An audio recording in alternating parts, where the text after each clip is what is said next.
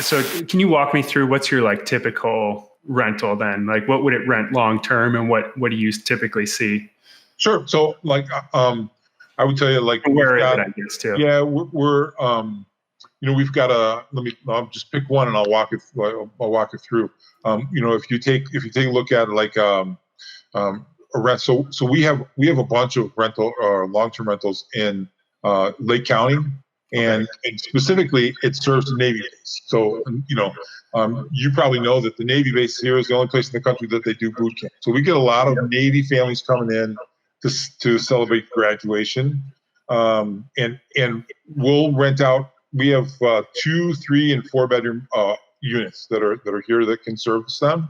So if we get a 3 bedroom, 2 bathroom unit, that I'm thinking of one in particular that will sleep 10 people. So we've got this particular unit has 3 queen size beds in the 3 bedrooms, and then there's 2 separate living areas. So we put 2 sleeper sofas in it. So there's 2 more queen beds, so you can sleep 10 people in that unit.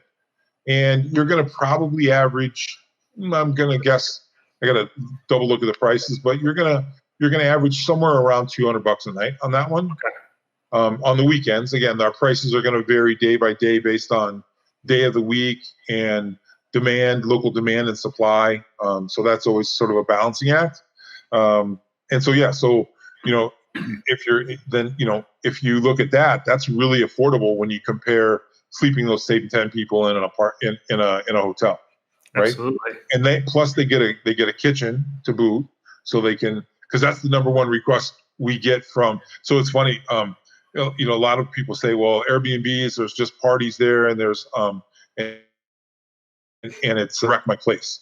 My most common questions for those ones up by the Navy base are, is the kitchen fully stocked so I can make my son a meal, or daughter a meal?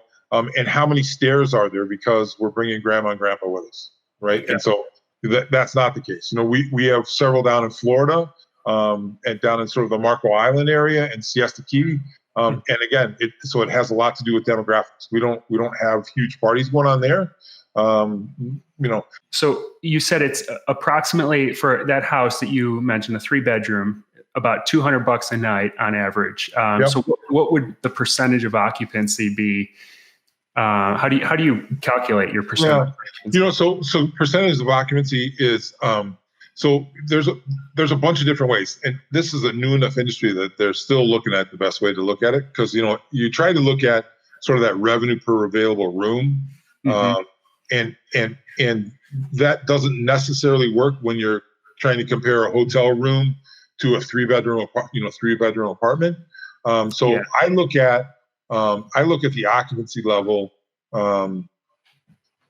as the number of nights rented for the month, right? And so I can tell you that right around 18 to 20%, 20 nights a month, and you're hitting your numbers. Okay. 18 to 20 a night. So, okay. Yeah. So that's like what, 65, 70% occupancy? Yeah, a little bit lower. It's like right around 61%. Hope you enjoyed this portion of the interview with former NFL player turned real estate investor, Mark Dennis.